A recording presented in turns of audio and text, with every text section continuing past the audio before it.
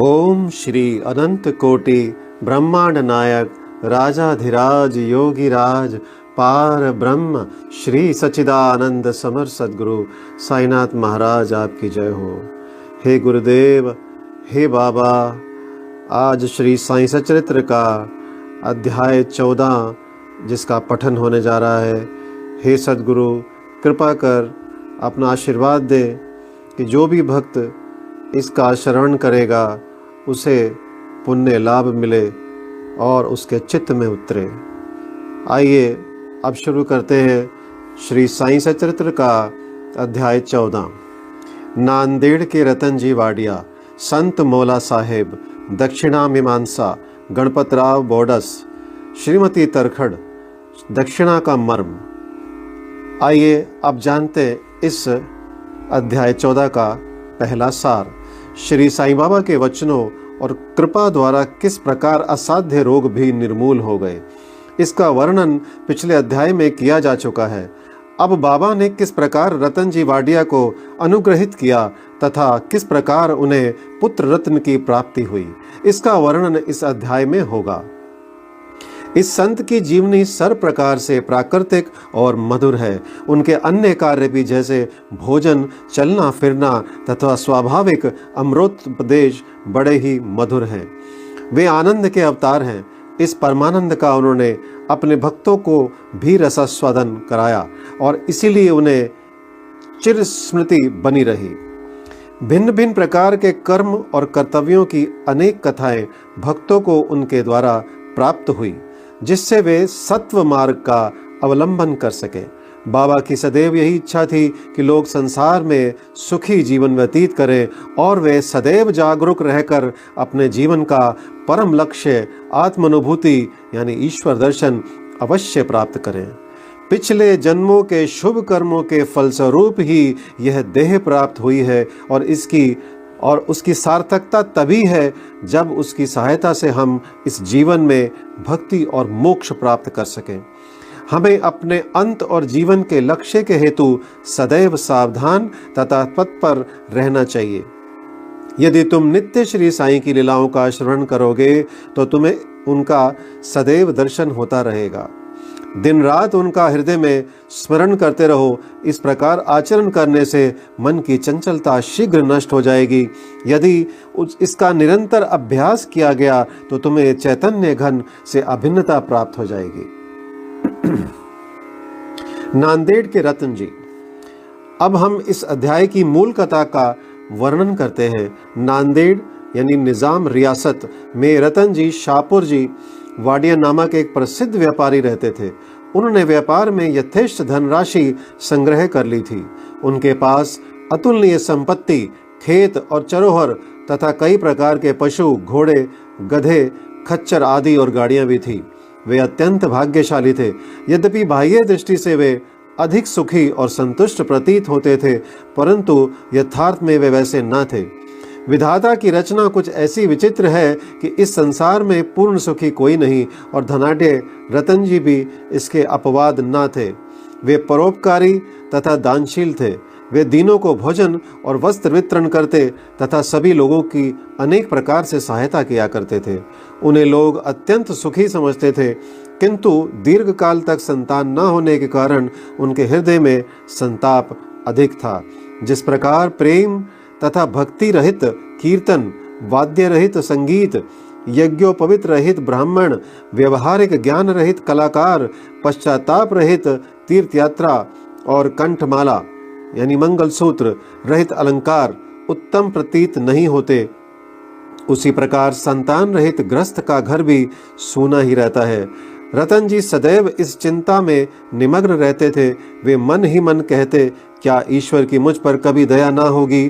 क्या मुझे कभी पुत्र की प्राप्ति नहीं होगी? इसके लिए वे सदैव उदास रहते थे। उन्हें भोजन से भी अरुचि हो गई।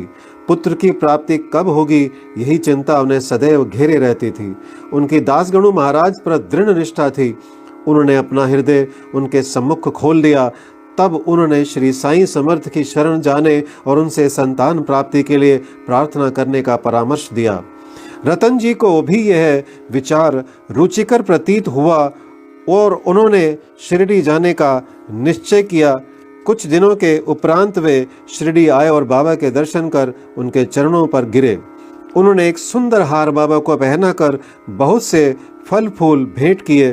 तत्पश्चात आदर सहित बाबा के पास बैठकर इस प्रकार प्रार्थना करने लगे, अनेक आपत्तिग्रस्त लोग आपके पास आते हैं और आप उनके कष्ट तुरंत दूर कर देते हैं। यही कीर्ति सुनकर मैं भी बड़ी आशा से आपके श्री चरणों में आया हूँ। मुझे बड़ा भरोसा हो गया है, कृपया मुझे निराश ना कीजिए। श्री साईं बाबा ने उनसे 5 रुपये दक्षिणा मांगी, जो वे देना ही चाहते थे, परंतु बाबा ने पुनः कहा, मुझे तुमसे 3 रुपये 14 आने पहले ही प्राप्त हो चुके हैं, इसलिए केवल शेष रुपये ही दो। यह सुनकर रतन जी असमंजस में पड़ गए। बाबा के कथन का अभिप्राय उनकी समझ में न आया। वे सोचने लगे कि यह शिरडी आने का मेरा प्रथम ही अवसर है और यह बड़े आश्चर्य की बात है कि 3 रुपये 14 आने पहले ही प्राप्त हो चुके हैं। वह यह पहेली हल ना कर सके। वे बाबा के चरणों के पास ही बैठे रहे तथा उन्हें शेष दक्षिणा अर्पित कर दी। उन्होंने अपने आगमन का हेतु बतलाया और पुत्र प्राप्ति की प्रार्थना की। बाबा को दया आ गई। वे बोले, चिंता त्याग दो, अब तुम्हारे दुर्दिन समाप्त हो गए हैं। इसके बाद बाबा ने ऊदी देकर अपना वरद हस्त उनके मस्तक पर रख कर कहा, अल्लाह तुम्हारी इच्छा पूरी करेगा। बाबा की अनुमति प्राप्त कर रतन जी नांदेड़ लौट आए और शिरडी में जो कुछ भी हुआ उसे दासगणों को सुनाया। रतन जी ने कहा, सब कार्य ठीक ही रहा। बाबा के शुभ दर्शन हुए, उनका आशीर्वाद और प्रसाद भी प्राप्त हुआ, परंतु वहाँ की एक बात समझ में ना आई। वहाँ पर बाबा ने कहा था कि मुझे 3 रुपये 14 आने पहले ही प्राप्त हो चुके हैं। कृपया समझाइए कि इसका अर्थ क्या है। इससे पूर्व मैं शिरडी कभी नहीं गया, फिर बाबा को वे रुपये कैसे प्राप्त हो गए जिसका उन्होंने उल्लेख किया। दासगणों के लिए भी यह एक पहेली ही थी। बहुत दिनों तक वे इस पर विचार करते रहे। कई दिनों के पश्चात उन्हें स्मरण हुआ कि कुछ दिन पहले रतन जी ने एक यवन संत मौला साहेब को अपने घर आतिथ्य के लिए निमंत्रित किया था तथा इसके निमित्त उन्होंने कुछ धन व्यय किया था। मौला साहेब नांदेड़ के एक प्रसिद्ध संत थे जो कुली का काम किया करते थे। जब रतन जी ने शिरडी जाने का निश्चय किया था, उसके कुछ दिन पूर्व ही मौला साहेब अनायास ही रतन जी के घर आए। रतन जी उनसे अच्छी तरह परिचित थे तथा उनसे प्रेम करते थे, इसलिए उनके सत्कार में उन्होंने एक छोटे से जलपान की व्यवस्था भी की थी। दासगणों ने रतन जी से आतिथ्य के खर्च की सूची मांगी और यह जानकर सबको आश्चर्य हुआ कि खर्चा ठीक 3 रुपये 14 आने ही हुआ था, ना इससे कम था और ना ही अधिक। इस सबको बाबा की त्रिकालज्ञता विदित हो गई। यद्यपि वे शिरडी में विराजमान थे, परंतु शिरडी के बाहर क्या हो रहा है इसका उन्हें पूरा ज्ञान था। यथार्थ में बाबा भूत, भविष्यत और वर्तमान के पूर्ण ज्ञाता और प्रत्येक आत्मा तथा हृदय के साथ संबंध थे। अन्यथा मौला साहेब के स्वागतार्थ खर्च की गई रकम बाबा को कैसे विदित हो सकती थी। रतन जी इस उत्तर से संतुष्ट हो गए और उनकी साईं चरणों में प्रगाढ़ प्रीति हो गई। उपयुक्त समय पर उनके यहाँ एक पुत्र का जन्म हुआ जिससे उनके हर्ष का पारावार न रहा। कहते हैं कि उनके यहाँ 12 संतानें हुई, जिनमें से केवल 4 शेष रही। इस अध्याय के नीचे लिखा है कि बाबा ने राव बहादुर हरि विनायक साठे को उनकी पहली पत्नी की मृत्यु के पश्चात दूसरा ब्याह करने पर पुत्र रत्न की प्राप्ति बतलाई। राव बहादुर साठे ने द्वितीय विवाह किया। प्रथम 2 कन्याएं हुई जिससे वे बड़े निराश हुए, परंतु तृतीय बार पुत्र प्राप्त हुआ। इस तरह बाबा के वचन सत्य निकले और वे संतुष्ट हो गए। आगे जानते हैं दक्षिणा मीमांसा। दक्षिणा के संबंध में कुछ अन्य बातों का निरूपण कर हम यह अध्याय समाप्त करेंगे। यह तो विदित ही है कि जो लोग बाबा के दर्शन को आते थे उनसे बाबा दक्षिणा लिया करते थे। यहाँ किसी को भी शंका उत्पन्न हो सकती है कि जब बाबा फकीर और पूर्ण विरक्त थे तो क्या उनका इस प्रकार दक्षिणा ग्रहण करना और कांचन को महत्व देना उचित था। अब इस प्रश्न पर हम विस्तृत रूप से विचार करेंगे। बहुत काल तक बाबा भक्तों से कुछ भी स्वीकार नहीं करते थे। वे जली हुई दिया सलाइयाँ एकत्रित कर अपनी जेब में भर लेते थे। चाहे भक्त हो या और कोई, वे कभी किसी से कुछ भी नहीं मांगते थे। यदि किसी ने उनके सामने एक पैसा रख दिया तो वे उसे स्वीकार करके उससे तंबाकू अथवा तेल आदि खरीद लिया करते थे। वे प्राय बीड़ी या चिलम पिया करते थे। कुछ लोगों ने सोचा कि बिना कुछ भेंट किए संतों का दर्शन उचित नहीं है, इसलिए वे बाबा के सामने पैसे रखने लगे। यदि एक पैसा होता तो वे उसे जेब में रख लेते, और यदि 2 पैसे हुए तो तुरंत उसमें से एक पैसा वापस कर देते थे। जब बाबा की कीर्ति दूर दूर तक फैली और लोगों के झुंड बाबा के दर्शनार्थ आने लगे, तब बाबा ने उनसे दक्षिणा लेना आरंभ कर दिया। श्रुति कहती है कि स्वर्ण मुद्रा के अभाव में भागवत पूजन भी अपूर्ण है। अतः जब ईश्वर पूजन में मुद्रा आवश्यक है तो फिर संत पूजन में क्यों ना हो। इसलिए शास्त्रों में कहा गया है कि ईश्वर, राजा, संत या गुरु के दर्शन अपनी सामर्थ्य अनुसार बिना कुछ अर्पण किए कभी ना करना चाहिए। उन्हें क्या भेंट दी जाए, अधिकतर मुद्रा या धन, इस संबंध में उपनिषदों में वर्णित नियमों का अवलोकन करें। बृहदारण्यक उपनिषद में बताया गया है कि दक्ष प्रजापति ने देवता, मनुष्य और राक्षसों के सामने एक अक्षर द का उच्चारण किया। देवताओं ने इसका अर्थ लगाया कि उन्हें दम अर्थात आत्मनियंत्रण का अभ्यास करना चाहिए। मनुष्यों ने समझा कि उन्हें दान का अभ्यास करना चाहिए, तथा राक्षसों ने सोचा कि हमें दया का अभ्यास करना चाहिए। मनुष्यों को दान की सलाह दी गई। तैत्तिरीय उपनिषद में दान व अन्य सत्व गुणों को अभ्यास में लाने की बात कही गई है।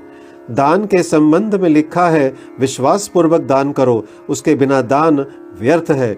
उदार हृदय तथा विनम्र बनकर आदर और सहानुभूति पूर्वक दान करो। भक्तों को कांचन त्याग का पाठ पढ़ाने तथा उनकी आसक्ति दूर करने और चित्त शुद्ध कराने के लिए ही बाबा सबसे दक्षिणा लिया करते थे। परंतु उनकी एक विशेषता भी थी। बाबा कहा करते थे, जो कुछ भी मैं स्वीकार करता हूँ मुझे उससे 100 गुना से अधिक वापस करना पड़ता है। इसके अनेक प्रमाण हैं। आइए एक घटना पढ़ते हैं। श्री गणपतराव बोडस, प्रसिद्ध कलाकार, अपनी आत्मकथा में लिखते हैं कि बाबा के बार बार आग्रह करने पर उन्होंने अपने रुपयों की थैली उनके सामने उड़ेल दी। श्री बोडस लिखते हैं कि इसका परिणाम यह हुआ कि जीवन में फिर उन्हें कभी धन का अभाव ना हुआ तथा प्रचुर मात्रा में लाभ ही होता रहा। इसका एक भिन्न अर्थ भी है। अनेकों बार बाबा ने किसी प्रकार की दक्षिणा स्वीकार भी नहीं की। इसके 2 उदाहरण हैं। बाबा ने प्रोफेसर C.K. नार्के से 15 रुपए दक्षिणा मांगी। वे प्रत्युत्तर में बोले कि मेरे पास तो 1 पाई नहीं है। तब बाबा ने कहा कि मैं जानता हूँ तुम्हारे पास कोई द्रव्य नहीं है, परंतु तुम योग वशिष्ठ का अध्ययन तो करते हो, उसमें से ही दक्षिणा दो। यहाँ दक्षिणा का अर्थ है पुस्तक से शिक्षा ग्रहण कर हृदयंगम करना, जो कि बाबा का निवास स्थान है। आइए दूसरी घटना जानते हैं। एक दूसरी घटना में उन्होंने एक महिला श्रीमती R.A. तरखड़ से 6 रुपए दक्षिणा मांगी। महिला बहुत दुखी हुई क्योंकि उनके पास देने को कुछ भी ना था। उनके पति ने उन्हें समझाया कि बाबा का अर्थ तो 6 रुपयों से ही है, जिन्हें बाबा को समर्पित कर देना चाहिए। बाबा इस अर्थ से सहमत हो गए। यह ध्यान देने योग्य है कि बाबा के पास दक्षिणा के रूप में बहुत सा द्रव्य एकत्रित हो जाता था। सब द्रव्य वे उसी दिन व्यय कर देते थे और दूसरे दिन फिर सदैव की भांति निर्धन बन जाते थे।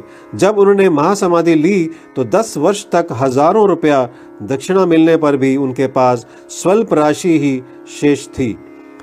संक्षेप में दक्षिणा लेने का मुख्य ध्येय तो भक्तों को केवल शुद्धिकरण का पाठ ही सिखाना था।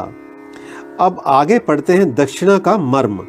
ठाणे के श्री B.V. देव, सेवानिवृत्त प्रांत मामलतदार, जो बाबा के परम भक्त थे, इन्होंने इस विषय पर एक लेख यानी साई लीला पत्रिका भाग 7 पृष्ठ संख्या 623 अन्य विषयों सहित प्रकाशित किया है, जो निम्न प्रकार है। बाबा प्रत्येक से दक्षिणा नहीं लेते थे। यदि बाबा के बिना मांगे किसी ने दक्षिणा भेंट की तो वे कभी तो स्वीकार कर लेते और कभी अस्वीकार भी कर देते थे। वे केवल भक्तों से ही कुछ मांग करते थे। उन्होंने उन लोगों से कभी कुछ ना मांगा जो सोचते थे कि बाबा के मांगने पर ही दक्षिणा देंगे। यदि किसी ने उनकी इच्छा के विरुद्ध दक्षिणा दे दी तो वे वहां से उसे उठने को कह देते थे। स्त्री और बालकों से भी वे दक्षिणा ले लेते थे। उन्होंने सभी धनाढ़ियों या निर्धनों से कभी दक्षिणा नहीं मांगी। बाबा के मांगने पर भी जिन्होंने दक्षिणा ना दी उनसे वे कभी क्रोधित नहीं हुए। यदि किसी मित्र द्वारा उन्हें दक्षिणा भिजवाई गई होती और उसका उसे स्मरण ना रहता तो बाबा किसी न किसी प्रकार उसे स्मरण कराकर वह दक्षिणा ले लेते थे। कुछ अवसरों पर वे दक्षिणा की राशि में से कुछ अंश लौटा भी देते और देने वालों को संभाल कर रखने या पूजन में रखने के लिए कह देते थे। इससे दाता या भक्त को बहुत लाभ पहुंचता था। यदि किसी ने अपनी इच्छित राशि से अधिक भेंट की तो वे अधिक राशि लौटा देते थे। किसी किसी से तो वे उसकी इच्छित राशि से भी अधिक मांग कर बैठते थे, और यदि उसके पास नहीं होती तो दूसरे से उधार लेने या दूसरे से मांगने को भी कह देते थे। किसी किसी से तो दिन में 3-4 बार दक्षिणा मांगा करते थे। दक्षिणा में एकत्रित राशि में से बाबा अपने लिए बहुत थोड़ा खर्च किया करते थे, जैसे चिलम पीने की तंबाकू और धूरी के लिए लकड़ियां मोल लेने के लिए आदि। शेष अन्य व्यक्तियों को विभिन्न राशियों में भिक्षा स्वरूप दे देते थे। शिरडी संस्थान की समस्त सामग्रियां राधा कृष्ण माई की प्रेरणा से ही धनी भक्तों ने एकत्र की थी। अधिक मूल्य वाले पदार्थ लाने वालों से बाबा अति क्रोधित हो जाते और अपशब्द कहने लगते थे। उन्होंने श्री नाना साहेब चंदोरकर से कहा कि मेरी संपत्ति केवल एक कोपीन और टमरेल है।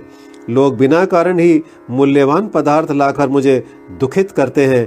कामिनी और कांचन मार्ग में 2 मुख्य बाधाएं हैं और बाबा ने इसके लिए 2 पाठशालाएं खोली थी तथा यथा दक्षिणा ग्रहण करना और राधा कृष्ण माई के यहाँ भेजना इस बात की परीक्षा करने के लिए क्या उनके भक्तों ने इस आसक्तियों से छुटकारा पा लिया है या नहीं। इसलिए जब कोई आता तो वे उनसे दक्षिणा मांगते और उनसे शाला में राधा कृष्ण माई के घर जाने को कहते। यदि वे इन परीक्षाओं में उत्तीर्ण हो गए, अर्थात ये सिद्ध हुआ कि वे कामनी और कांचन की आसक्ति से विरक्त हैं, तो बाबा की कृपा और आशीर्वाद से उनकी आध्यात्मिक उन्नति निश्चय ही हो जाती थी। श्री देव ने गीता और उपनिषद से घटनाएं उद्धृत की हैं और कहते हैं कि किसी तीर्थ स्थान में किसी पूज्य संत को दिया हुआ दान दाता को बहुत कल्याणकारी होता है। शिरडी और शिरडी के प्रमुख देवता साईं बाबा से पवित्र और है ही क्या। श्री सद्गुरु साईनाथ प्रणमस्तु। शुभम भवतु। ओम साई राम।